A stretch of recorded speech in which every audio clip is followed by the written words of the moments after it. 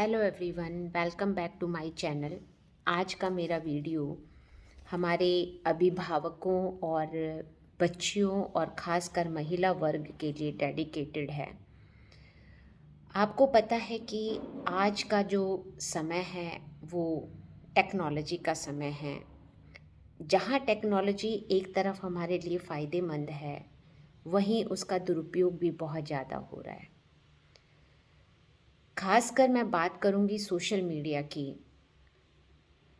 और कुछ चीज़ों पे मैं आंकड़े आप लोगों के साथ शेयर करना चाहूँगी कि अगर आप देखें तो फेसबुक पर अगर हम एक्टिव यूजर्स की बात करें तो 2.6 बिलियन एक्टिव यूजर्स हैं फेसबुक पर।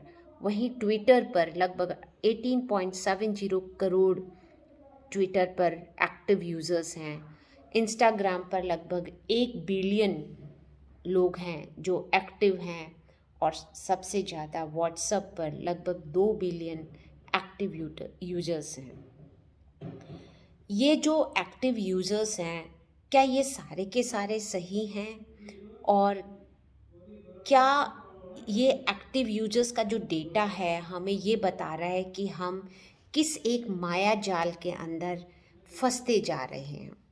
और ख़ासकर हमारे बच्चे जो पूर्ण रूप से अभी मैच्योर नहीं हुए हैं। मैं कुछ चीज़ों के ऊपर आपका ध्यान दिलाना चाहूँगी।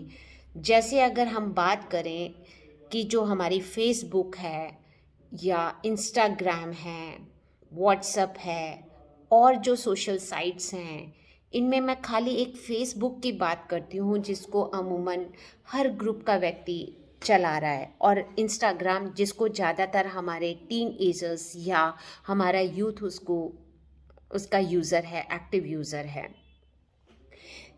केवल मात्र एक फेसबुक की अगर मैं बात करूं तो लगभग आंकड़े जो सामने आए हैं 2020 के कि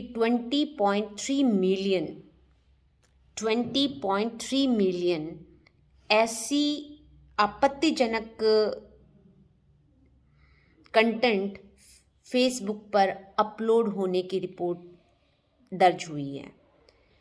फेसबुक हर महीने लगभग, या ये कहा जाए कि एवरेज 54,000 आपत्तिजनक सामग्री अपलोड होने की जानकारी या रिपोर्ट फेसबुक पर दर्ज होती है। वहीं अगर हम बात करें तो लगभग 2017 में फेसबुक में लगभग 3,000 लोगों की एक ऐसी टीम बनाई गई जो आपत्तिजनक सामग्री डालती थी उसके ऊपर नज़र रखने के लिए। तो 3,000 लोगों की टीम एक काफ़ी बड़ी टीम है। और इन सब चीज़ों पे हमें वर्क क्यों करना पड़ रहा है, इसके पीछे क्या कारण हैं? आज आप किसी भी फेसबुक यूज़र्स की अगर आप बात करें या इंस्टाग्राम यूज़र्स की बात करें तो उसमें आपको more than 30% IDs fake IDs मिलेंगे। आपको ये नहीं पता कि उसके अंदर जो आईडी है, प्रोफाइल फ़ोटो वहाँ पर एक महिला की लगी होती है, लेकिन हकीकत में वो आईडी किसी पुरुष की होती है। जब हम जैसी उम्र की औरतों को लोग फ्रेंड रिक्वेस्ट भेजते हैं, फिर एक इनबॉक्स में मैसेज होता है कि आर यू फीमेल और अ मेल, तो बड़ा अजीब सा प्रश्न दिमाग में गूंजता है कि जब मैंने अपने आप को फीमेल लिखा है तो सामने वाला मुझसे ये क्यों पूछ रहा है कि मैं मेल हूँ या फीमेल हूँ। इट मीन्स सामने वाले की जो आईडी है वो फेक आईडी है। अभी रिसेंटली गंगानगर का, आज की ही बात कर रही हूँ मैं, करंट बात कर रही हूँ कि गंगानगर के दैनिक भास्कर के आज एक न्यूज़ जो पूरे गंगानगर को हिला रही है। ये न्यूज़ केवल गंगानगर की नहीं है बल्कि ये पूरे भारत की न्यूज़ है, या ये कहा जाए कि भारत में इस चीज़ का यूज़ कम हो रहा है और दुरुपयोग ज़्यादा हो रहा है। अभी एक 16 साल की बच्ची जिसको इंस्टाग्राम पे फ्रेंड रिक्वेस्ट भेजी जाती है, दोनों इंस्टाग्राम पे फ्रेंड बनते हैं, धीरे धीरे वो दोस्ती नज़दीकियों में बदलती है, फिर उसका कहीं बलात्कार किया जाता है, और जब उसका रेप किया जाता है तो उसके जो मित्र होते हैं, जिसमें एक महिला मित्र भी शामिल है, वो उसकी वीडियो बनाती है और उस वीडियो के आधार पर उसके साथ में ब्लैकमेल किया जाता है, उससे गोल्ड लिया जाता है, उससे कैश लिया जाता है और बार बार उसके साथ बलात्कार होता है। तो प्रश्न यहाँ पर ये है कि क्या ये एक लड़की की कहानी है? नहीं, ये पता नहीं कितनी ही लड़कियों और कितनी ही महिलाओं के साथ ऐसा काम हो रहा है। इसके लिए जिम्मेवार कौन है? कौन इसके लिए उत्तरदायी है? क्या सोशल मीडिया, या ये कहा जाए कि जो उस माया जाल में फंस रहा है वो? तो अगर मैं बात करूं मैच्योर पर्सनालिटी की, तो वहाँ तो काफ़ी हद तक जो उस जाल में फंस रहा है वो उसके लिए जिम्मेवार है। लेकिन ज़्यादातर इसके शिकार कौन हो रहे हैं? हमारी टीनेजर्स या छोटी बच्चियाँ। ये वो बच्चियाँ हैं जो पूर्ण रूप से मैच्योर नहीं हैं। नो डाउट हमारे बॉडी में बायोलॉजिकल चेंजेस आते हैं, एडोलसेंस पीरियड है, अट्रैक्शन होता है, और उस अट्रैक्शन, उस एडोलसेंस पीरियड में हम भटक जाते हैं, और ये भटकाव हमें इस तरह के केसेस की ओर अग्रसर कर देता है। देखिए, वो बच्ची तो उस चीज़ के लिए जिम्मेवार है ही, लेकिन काफ़ी हद तक उस बच्ची के अभिभावक भी जिम्मेवार हैं। और वो अभिभावक क्यों जिम्मेवार हैं? आपको लगेगा कि अभिभावक कैसे जिम्मेवार हैं? आज रिसर्च ये कहती है कि 10 साल तक के बच्चों के पास में, जिनके अपने पर्सनल फ़ोन हैं,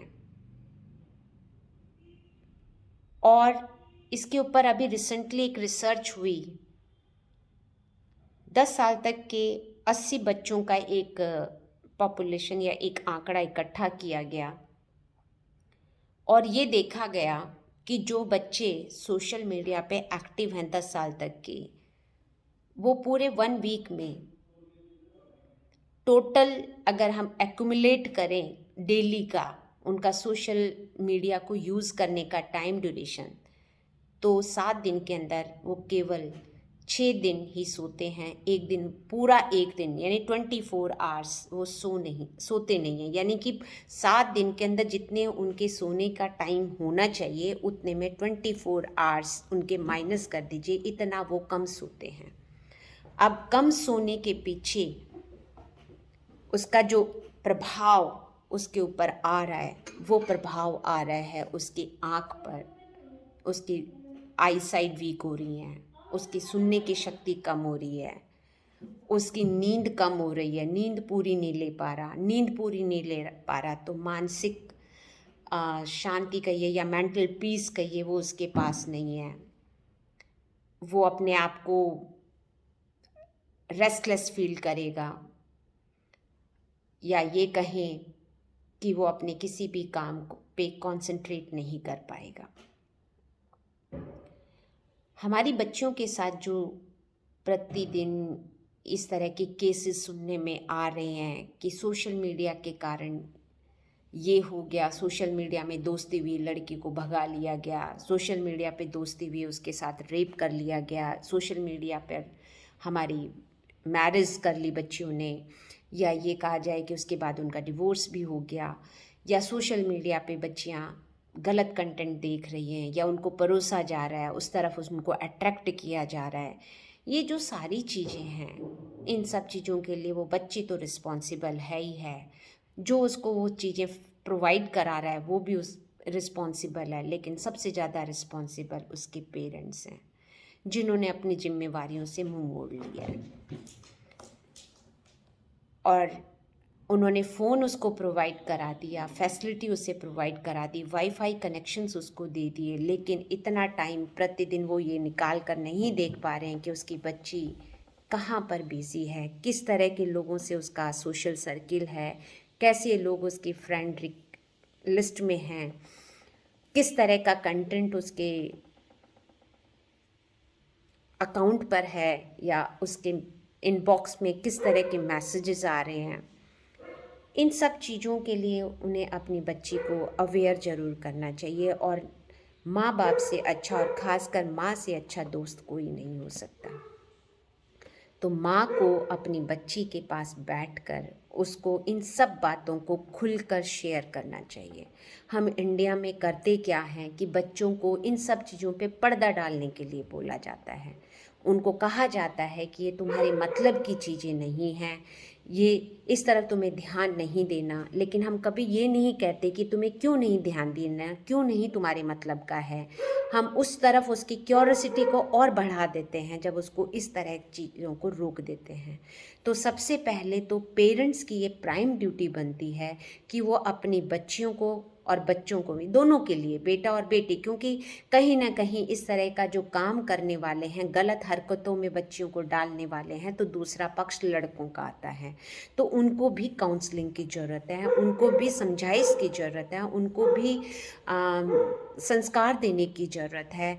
तो हमें अपने बच्चों को बिठाकर उनके एक अच्छे दोस्त बनकर उनको इन सब चीज़ों के ऊपर खुली चर्चा उनसे करनी चाहिए, न कि उन बातों पे पर्दा डालना चाहिए। हम बच्चों को मना तो कर देते हैं कि तुम इस तरह के अकाउंट्स मत बनाइए, तुम अपनी फ़ोटोज़ साइट पे मत डालिए, लेकिन हम उनके उसके रीजंस उनके साथ पूरा प्रॉपर शेयर नहीं करते। बस उनको यही कहा जाता है तुम्हारे इतनी मतलब की चीज़ है, जो हमने कह दिया वो आप मानिए।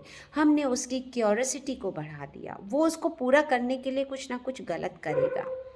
दूसरी चीज़ ये है कि कोई भी कंटेंट आपका बच्चा सोशल मीडिया पे शेयर कर रहा है, आजकल रील बनाने का बहुत बड़ा फैशन है, पेरेंट्स भी उसमें इन्वॉल्व होते हैं। लेकिन शायद आपको ये नहीं पता कि कोई भी कंटेंट हमने, चाहे वो हमारी फ़ोटोग्राफ है, फैमिली फ़ोटोग्राफ है, कोई हमारी वीडियो है, रील है, वो हमने किसी भी सोशल साइट पे अपलोड कर दी, तो वहाँ से वो, चाहे हमने उसके बाद उसको डिलीट भी कर दिया, लेकिन वो एक बार इंटरनेट पर आ गई, तो आप ये मत सोचिए कि आपने डिलीट कर दिया तो आप सेफ जोन में हैं। हैकर्स उसको हैक कर चुके होते हैं, और हैकर्स किसी को इंडिविजुअली हैक नहीं करते, उनके जो मोटोज़ हैं वो अलग हैं। वो अपना उल्लू सीधा करने के लिए हैक करते हैं। वो बच्चियों की फ़ोटोग्राफ्स को मिसयूज़ करते हैं, पोर्नोग्राफी बनाने में उनके कॉपी कट पेस्ट करके उनको यूज़ किया जाता है। तो हमें कई बार ऐसा भी नहीं होता कि हमारी बच्चियां फ़ोटोग्राफ्स वहाँ से उठाकर और प्रॉन फ़ोटोग्राफ्स या इस तरह की जगह पर अपलोड कर दी जाती हैं।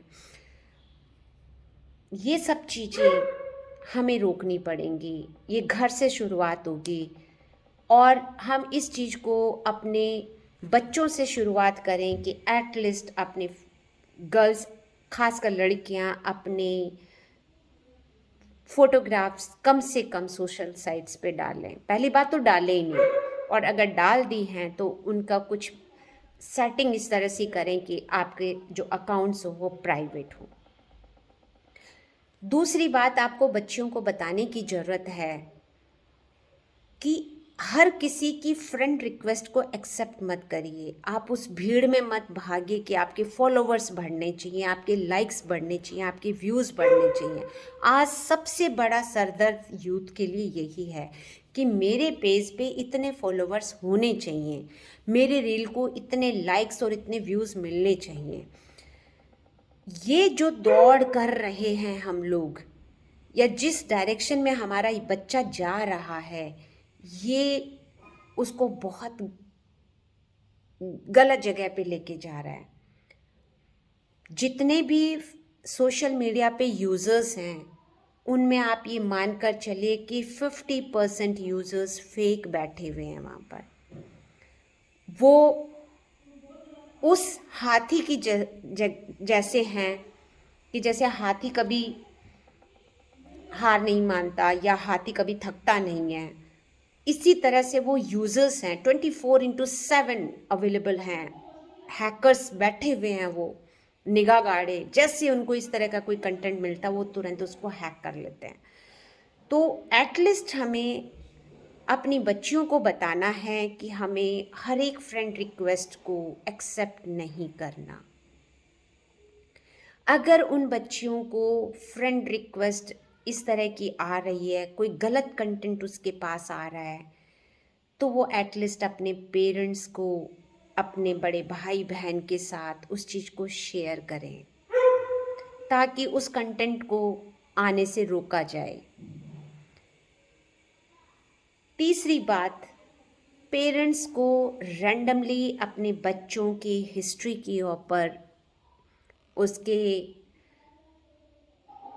इंटरनेट कितना यूज़ हो रहा है, किस साइट पे कितना बच्चा जा रहा है, इन सब चीज़ों पे फोकस करने की ज़रूरत है, चेक करने की ज़रूरत है। क्या वो बच्चा सही कंटेंट देख रहा है? क्या वो जिन लोगों के साथ कनेक्टेड है सोशली, वो सही है उसके लिए? तो कुछ चीज़ों के लिए तो देखिए पेरेंट्स को रिस्पॉन्सिबिलिटी उठानी ही पड़ेगी और रिस्पॉन्सिबल होना ही पड़ेगा। अभी रिसेंटली मैं अपना एक्सपीरियंस आपके साथ शेयर कर रही हूँ कि मैंने कुछ दिन पूर्व अपने कॉलेज के अंदर पीटीएम रखी। आपको बड़ा अजीब सा लग रहा होगा सुनकर कि कॉलेज में और पीटीएम रखनी ज़रूरत थी, क्योंकि जितने बच्चे हैं उतने ही मोबाइल कैंपस के अंदर होते हैं। बच्चा 5 घंटे 6 घंटे जितनी देर उसकी क्लासेस लगती हैं उस फ़ोन के साथ बैठता है। फ़ोन जमा करने के लिए भी कोशिश की जा रही है, लेकिन फिर भी बच्चा चोरी छिपे फ़ोन अपने पास रख रहा है। नो डाउट वो बच्चे मुझे नापसंद करते हैं, लेकिन जब मैंने पेरेंट्स से बात की, पेरेंट्स ने मुझे दिल से स्वागत किया कि मैम हम आपके साथ हैं, आप कॉलेज कैंपस में फ़ोन को बैन करिए, घर पे हम अपने बच्चों को कंट्रोल करेंगे कि फ़ोन का मिनिमम से मिनिमम और प्रॉपर यूटिलाइजेशन होना चाहिए। आज बच्चा उस फ़ोन को सही डायरेक्शन में तो 10% यूज़ करता है, 90% उसका मिसयूज़ कर रहा है। इस फ़ोन से वो डिस्ट्रैक्ट हो रहा है, उसका कंसंट्रेशन ख़राब हो रहा है, उसकी स्टडीज़ सफ़र हो रही है, वो गोल से हट रहा है। बहुत से ऐसे फैक्टर हैं, उसकी नींद पूरी नहीं हो रही, टाइम पे वो नहीं उठ पा रहा है, आँखों के नीचे काले घेरे बच्चों के आ रहे हैं। बच्चा छोटी सी एज में थका थका फील कर रहा है, उसमें वो एनर्जी लेवल नहीं है, वो ग्लो नहीं है, वो स्माइल नहीं है, वो सब मिसिंग है। क्यों मिसिंग है? क्योंकि वो बच्चा एक्सेसिव फ़ोन को यूज़ कर रहा है और पेरेंट्स हेल्पलेस। तो मैंने पेरेंट्स से रिक्वेस्ट की कि आप मुझसे कोऑपरेट, मतलब हम दोनों मिलकर इस चीज़ को कंट्रोल करेंगे। और रियली में मैं पेरेंट्स को दिल से धन्यवाद देती हूँ कि उन्होंने खुलकर मेरे को इस चीज़ में समर्थन दिया। और कोशिश है कि मैं एटलीस्ट जितने बच्चे मेरे संपर्क में आ रहे हैं उन बच्चों को मैं इस तरह की चीज़ों से बचाने का प्रयास करूं और उनको एक अच्छी डायरेक्शन, एक अच्छे गोल की ओर लेकर जाऊं। आज ये ज़रूरत हर एक बच्चे को, हर एक युवा को है। एमलेसली हम काम कर रहे हैं, हमें नहीं पता कि हमें क्या करना है। हर टाइम हमारे हाथ में एक चीज़ ज़रूर होती है और वो होता है हमारा फ़ोन। जब फ़ोन नहीं हुआ करता था तब भी तो हमारे सारे काम उतने ही सिस्टम से होते थे। आज इस फ़ोन ने हमारे बहुत से काम को रोक दिया है, हमारे काम की गति को रोक दिया है, हमारे बच्चों की क्रिएटिविटी को ख़त्म कर दिया है, हमारे बच्चों के आउटडोर गेम्स को ख़त्म कर दिया है, हमारे बच्चों की जो एक फ़िज़िकल डेवलपमेंट होना चाहिए था उसको ख़त्म कर दिया, हमारे बच्चों का जो एक सोशल ग्रूमिंग होनी चाहिए थी उसको ख़त्म कर दिया है।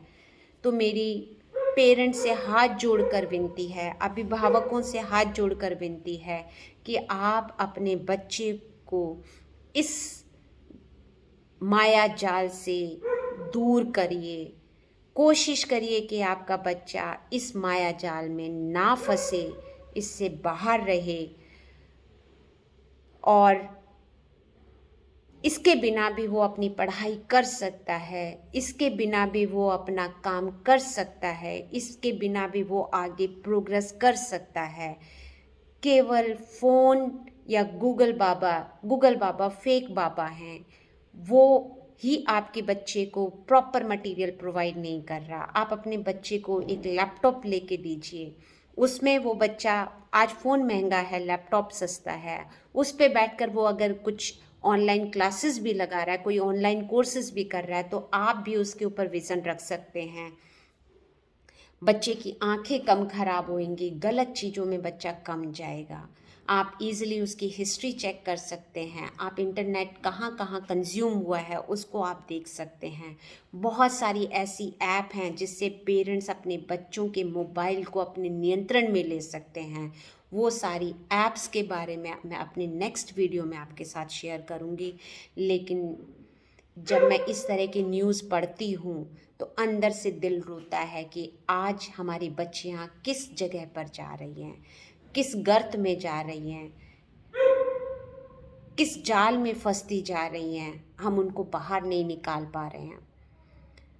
तो मेरा पेरेंट्स से विनम्र निवेदन है कि आप अपने बच्चे को सुविधाएं दीजिए, लेकिन सुविधाओं के साथ साथ उसे समय दीजिए, उसके दोस्त बनिए, उसकी काउंसलिंग करिए, उसको चेक करिए। आपके पूरे राइट्स हैं उनको चेक करने के। आज बच्चा इतना बड़ा नहीं हुआ है कि उसकी अपनी personal life, personal matters, privacy वो नहीं होनी चाहिए। आप बच्चे से घुल मिलकर उससे उसकी समस्याओं को समझिए, और अगर आपका बच्चा इस तरह की चीज़ों का शिकार हो रहा है तो उस पर गुस्सा मत करिए, उसको उस समस्या से बाहर निकालने का प्रयास करिए और उसको समझाइए कि देखिए ऐसे करने से ऐसे हुआ है। आप उसके साथी बनकर, आप उसके दोस्त बनकर उसके साथ खड़े होइए, तो वो आपको अपनी समस्याओं को बताएगा। कुछ अपने बच्चों पर वॉच रखनी आपको बहुत बहुत ज़्यादा ज़रूरत है। आपको अगर मेरी बात पसंद आई हो तो इसे लाइक, शेयर एंड सब्सक्राइब ज़रूर करें।